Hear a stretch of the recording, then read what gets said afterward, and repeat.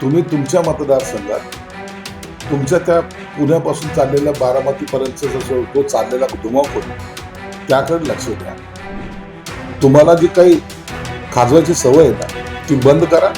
आम्ही इकडचे हे जे काही चिल्लर चालणार गुंड आहेत ना त्याचा बंदोबस्त करायला आम्ही समर्थ आहोत. राजसाहेब आहे त्यांची बोलण्याची शैली वेगळी आहे, परंतु राजसाहेब कोपऱ्यात गेल्याने पक्ष वाढतो किंवा सीट निवडून येत आहेत हा गैरसमज.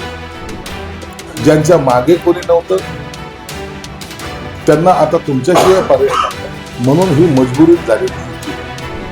भाजपचं ते कोण महाराष्ट्र त्यांचा शोध घ्यावा लागेल. बाबा अशी घोषणा देण्या अगोदर एकदा देवेंद्र फडणवीस साहेबांना विचार. मला वाटतं हे वाईटच आहे. त्यांचा आम्ही नीट आज बंदोबस्त करू. तुम्ही तुमच्या मतदारसंघात तुमच्या त्या पुण्यापासून चाललेल्या बारामतीपर्यंतचा जो चाललेला धुमाकूळ त्याकडे लक्ष द्या. तुम्हाला जी काही खाजवायची सवय आहे ना ती बंद करा. आम्ही इकडचे हे जे काही चिल्लर चालणार गुंड आहेत त्याचा बंदोबस्त करायला आम्ही समर्थ आहोत. नवी मुंबईमध्ये एकनाथ शिंदे आणि गणेश नाईकांचा वाद शिगेला पोहोचलाय. हुकुमशाही मुव्हीत काढायचे असं शिंदेचा नाईकावर हल्ला बोललाय, तर चोरांच्या उलट्या बोंबा म्हणत पुन्हा शिंदे साहेबांना दिवसला आहे. गणेश नाईक काय बोलतात त्याची सगळी दखल त्यांचे नेतेही घेत आहेत. वारंवार त्यांना समज दिलेली आहे, परंतु निवडणुकीच्या काळामध्ये त्यांनी शिंदे साहेबांवर डायरेक्ट जर टीका केली तर त्याचं प्रत्युत्तर सुद्धा डायरेक्ट आम्ही त्यांना देऊ. एमआयएम सोबत जी युती केली त्यावरून भाजपचं केंद्रीय नेतृत्व नाराज आहे आणि त्यामुळे रवींद्र चव्हाण यांच्यावर सगळी ही नाराजी व्यक्त करण्यात आली. त्याचा प्रभाव निवडणूक पडू शकतो असं मला सामनामधून समाधान घेऊन भाजपच्या त्या पक्षांनी काय भूमिका घेतली एमआयएम बरोबर युती केल्याचं माध्यमातून कळालं आणि मला वाटतं देवेंद्र फडणवीस साहेबांनी त्याच्यावर स्पष्टीकरण दिलेलं आहे. म्हणून आता हा वाद वगैरे संपलेला आहे. एमआयएम बरोबर कुठेही त्याची सुद्धा युती नाही, त्यामुळं वारंवार त्यालाच पुन्हा हवा देणं हे योग्य नाही. त्या मुलाखतीतला एक इंटरेस्टिंग प्रश्न आहे. राज उद्धव ठाकरेंचा प्रचार इतका सायलेंट कसा आणि तरीही तुम्हाला मुंबई जिंकायचा आत्मविश्वास कसा वाटतो असं त्यांनी प्रश्न विचारला.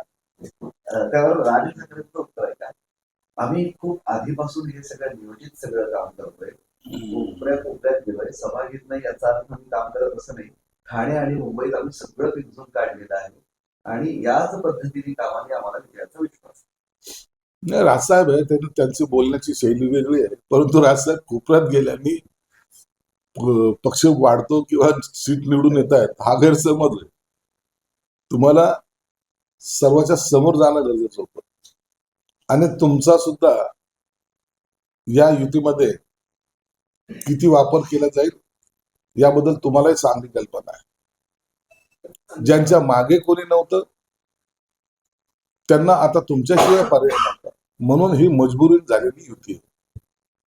देवेंद्र फडणवीस असं म्हणाले, जे मुंबईमध्ये जन्माला आलेले आहे ते म्हातारा होईपर्यंत ते विकास मुंबईचा करू शकले नाही, आता काय विकास करणार, ते म्हातारे झाले. ठाकरेंना उद्देशून असं म्हणाले आणि त्याच म्हणाले की शिंदे आणि विकास केला जातो.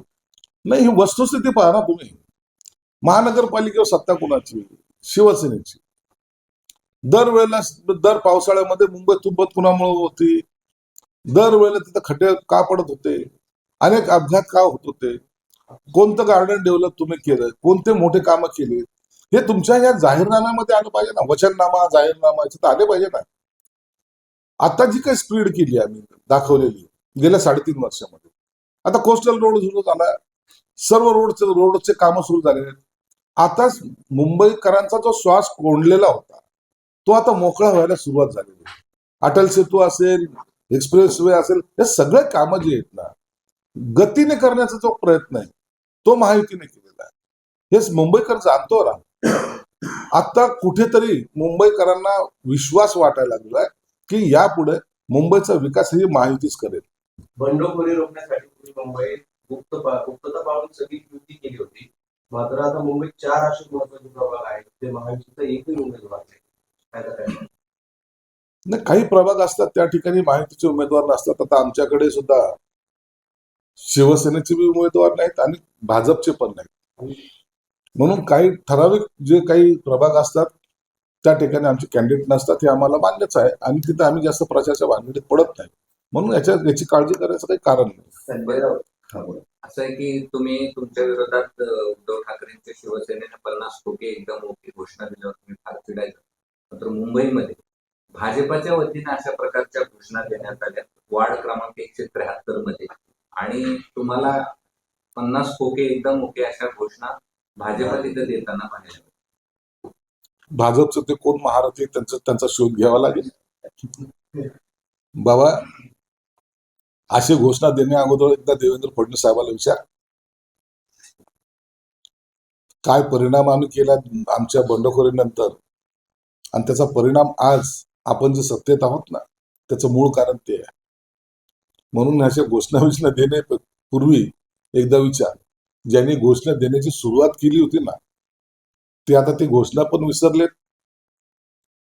कापून टाकू, पोस्टमार्टम करू, मुंडकेक छाटू, गद्दाराला गाडल्याशिवाय राहणार नाही, त्यांची भाषा आता कुठं गेली बघा.